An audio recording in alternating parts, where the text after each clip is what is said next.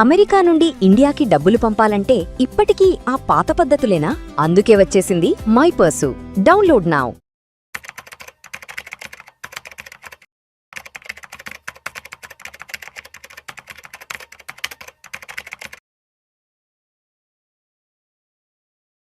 Salmon గారు నమస్తే sir.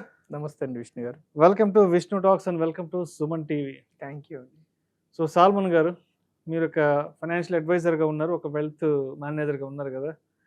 మీరు చాలా మందిని కలుస్తుంటారు బయటకు వెళ్ళినప్పుడు, అదేవిధంగా చాలామంది మీ ఆఫీస్కి వస్తుంటారు మిమ్మల్ని కలవడానికి, ఫైనాన్షియల్ ఎడ్యుకేషన్ కోసం మిమ్మల్ని అప్రోచ్ అవుతుంటారు కదా. అయితే మిమ్మల్ని అప్రోచ్ వాళ్ళు ఎక్కువగా కూడా యంగ్స్టర్స్ ఎక్కువ ఉంటారని మీరు చాలాసార్లు చెప్పారు. సో యంగ్స్టర్స్ ఎక్కువ ఉంటారు, ఐటీ ఫీల్డ్కి సంబంధించిన వాళ్ళు ఎక్కువ ఉంటారని చెప్తుంటారు కాబట్టి, సో కొంత యంగ్స్టర్స్ విషయానికి వస్తే 30 సంవత్సరాల వయసు వచ్చేటప్పటికే ఫైనాన్షియల్గా ఎక్కువగా ఎటువంటి మిస్టేక్స్ చేసేసి ఉంటుంటారు అసలు ఎక్కువ?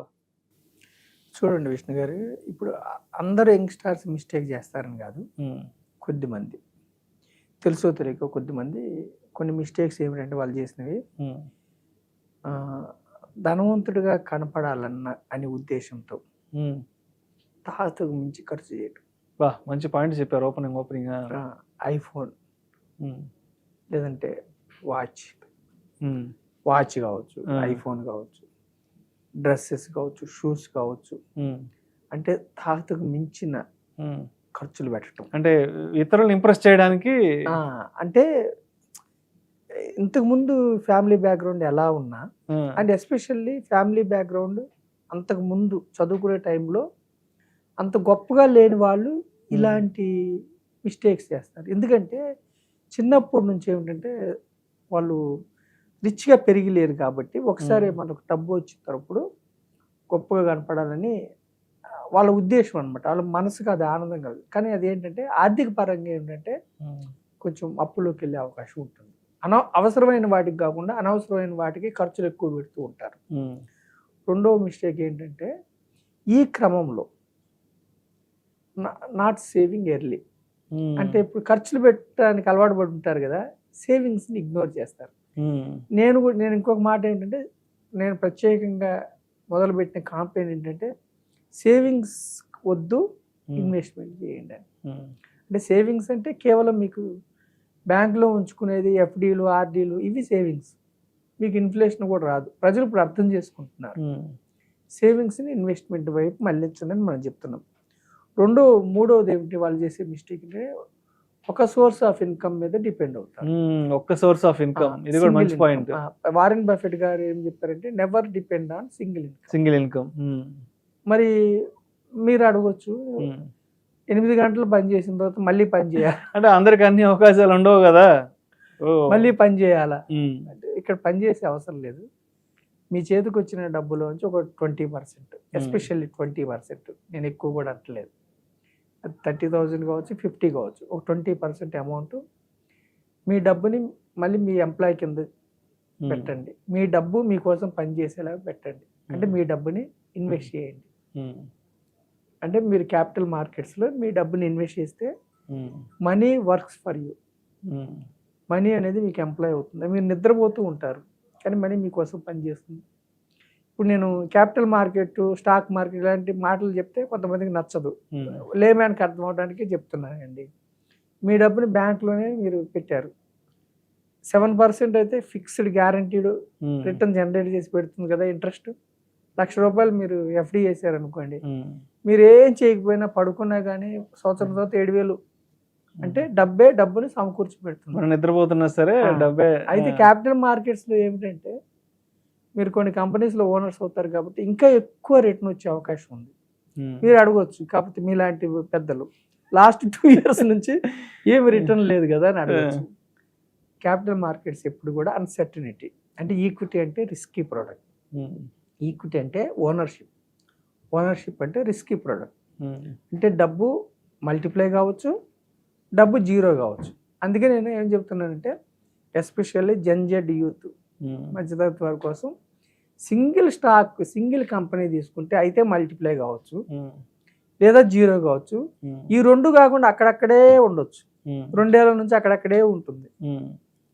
సో మనం ఏమంటున్నామంటే సెకండ్ ఇన్కమ్ జనరేట్ చేయాలంటే keep money work for you.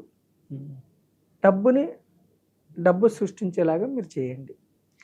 తర్వాత ఇంకేమిటి మనం చెప్పింది ఏంటంటే ఫైనాన్షియల్ ఎడ్యుకేషన్. ఇట్లాంటి మనం కావచ్చు బుక్స్, ఫైనాన్షియల్ బుక్స్ ఉంటాయి.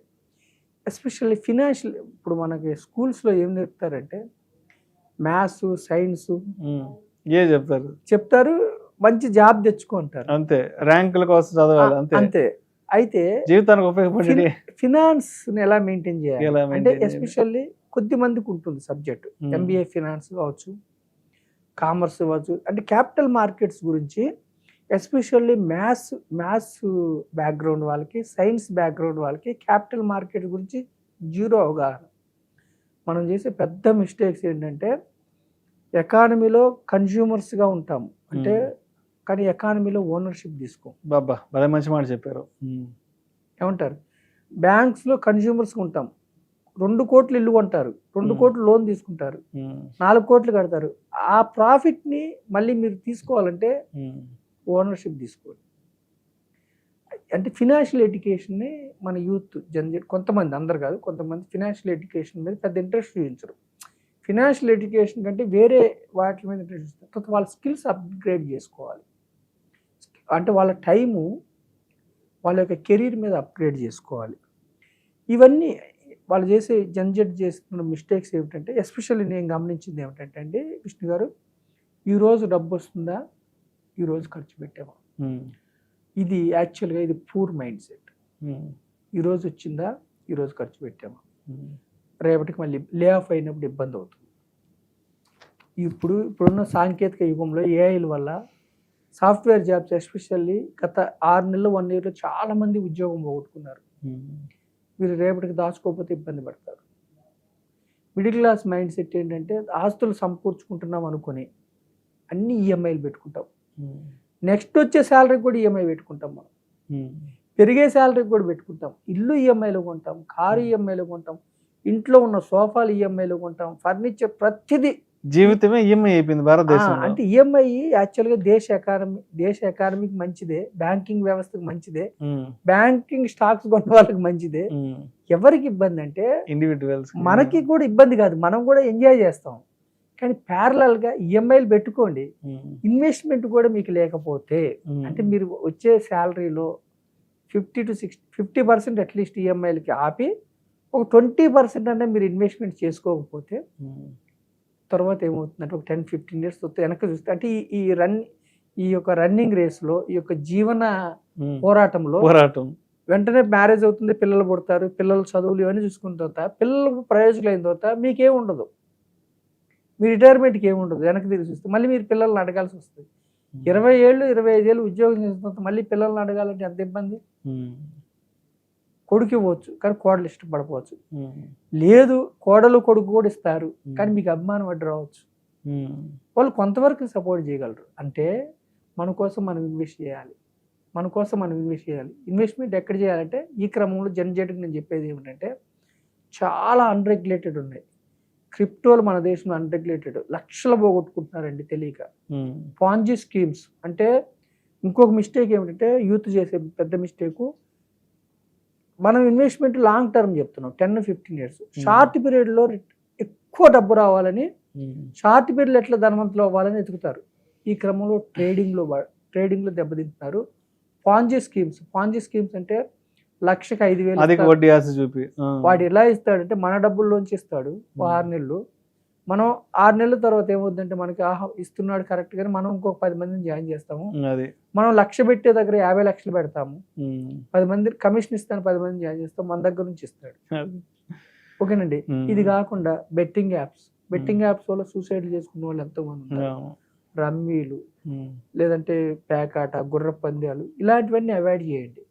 తర్వాత ఇంకొక పెద్ద మిస్టేక్ ఏంటంటే ఇన్వెస్ట్మెంట్స్ అని అన్నోన్స్ నుంచి కాల్స్ వస్తూ వాళ్ళు కృత్రిమంగా మీకు యాప్ ఇచ్చి మీరు 1,00,000 పెడితే 20,000 పెరిగిందని చెప్పి 20% 30% పెరిగిందని చెప్పి ఫస్ట్ మీకు వెనక్కి తీసుకోవడానికి అవకాశం ఇచ్చి తర్వాత పెద్ద మొత్తంలో ఫ్రాడ్ చేస్తున్నారు. సో ఇవన్నీ అవాయిడ్ చేసుకోండి. సో ఇన్వెస్ట్మెంట్ ఎర్లీగా చేసుకోండి. జెడ్ యూత్ వీళ్ళు చేసే మిస్టేక్ ఏంటంటే ఇన్వెస్ట్మెంట్ దూరంగా ఉంటారు. వాళ్ళ యొక్క స్కిల్స్కి అప్గ్రేడ్ చేసుకోండి. సెకండ్ ఇన్కమ్ మీరు క్రియేట్ చేసుకోకపోతే ఇబ్బంది పడుతుంది. సో నేనేమంటున్నానంటే వైజ్గా మీరు క్యాపిటల్ మార్కెట్స్లో Indian economy is the 4th or 5th largest economy in the world. Next మనం ఒక 25 yearsలో వికసిత భారత్ మ్యానుఫ్యాక్చరింగ్ హబ్గా మారిపోతున్నాం. మన గవర్నమెంట్ క్యాపెక్స్ ఇన్ఫ్రా మీద కానీ మ్యానుఫ్యాక్చరింగ్ మీద కానీ చక్కగా ఖర్చు పెడుతున్నారు. జిఎస్టీ కలెక్షన్స్ బాగున్నాయి, జీడిపి బాగుంది. యూత్ ప్రపంచంలో 29 years యావరేజ్ యూత్ 60 to 70% ఏ దేశం లేదు. హ్యూమన్ క్యాపిటల్, అద్భుతమైన హ్యూమన్ క్యాపిటల్ మంది. మన యొక్క capital markets, mutual funds AM 20% of the GDP. అంటే జీడిపిలో మనం ఇప్పుడు పెనట్రేషన్ 20% ఉంది. వేరే అమెరికా చోట్ల అయితే జీడిపి కంటే ఎక్కువ పెనట్రేషన్ ఉంది. ఇంకా డెవలప్ అవడానికి మిక్కిలి స్కోప్ ఉంది. ఈ సమయంలో మీరు ఎకానమీలో కేవలం కన్జ్యూమర్ కూడా ఎకానమీలో ఓనర్గా మారండి. అది కూడా ఒక కంపెనీ 2 కంపెనీలు కాకుండా. నేను ఎస్పెషల్ ఎందుకు చెప్తానంటే 30 కంపెనీలు 50 కంపెనీలు అని ఒక కంపెనీ దెబ్బతింటే కూడా మిగతా కంపెనీలు దెబ్బతిను. లాంగ్ రన్లో మీకు సెన్సెక్స్లో అండి 10 years రోలింగ్ రిటర్న్స్ చూసుకుంటే నెగిటివ్ రిటర్న్స్ ఉండవు. 10 years ఉంటే ఏ సంవత్సరంలో మీరు స్టార్ట్ చేసినా సెన్సెక్స్ కానీ నిఫ్టీలో కానీ 10 years మీరు వెయిట్ చేయగలిగే సామర్థ్యం ఉంటే నెగిటివ్ రిటర్న్స్ ఉండవు. అందుకని జనరేట్ ఇవన్నీ మిస్టేక్స్ని అవాయిడ్ చేసి మీకు వచ్చిన ఇన్కమ్ని సెకండ్ ఇన్కమ్ కింద మార్చుకొని లైఫ్ మొత్తం స్మూత్గా ముందుకెళ్ళమని నేను మీ ద్వారా తెలియజేస్తున్నాను. Right sir. Thank you sir. Thank you so much Salmon గారు. Thank you. సో 30 ఏళ్ళ వయసు వచ్చేటప్పటికే ఎస్పెషల్లీ జంజీ కిడ్స్ వీళ్ళందరూ కూడా ఎటువంటి ఫైనాన్షియల్ మిస్టేక్స్ చేయడం వల్ల వాళ్ళు ఆర్థిక అభివృద్ధిని సాధించలేకపోతున్నారు అన్న దాని గురించి చక్కగా తెలియజేస్తారు. థ్యాంక్ యూ సో మచ్ అండి. థ్యాంక్ యూ అండి.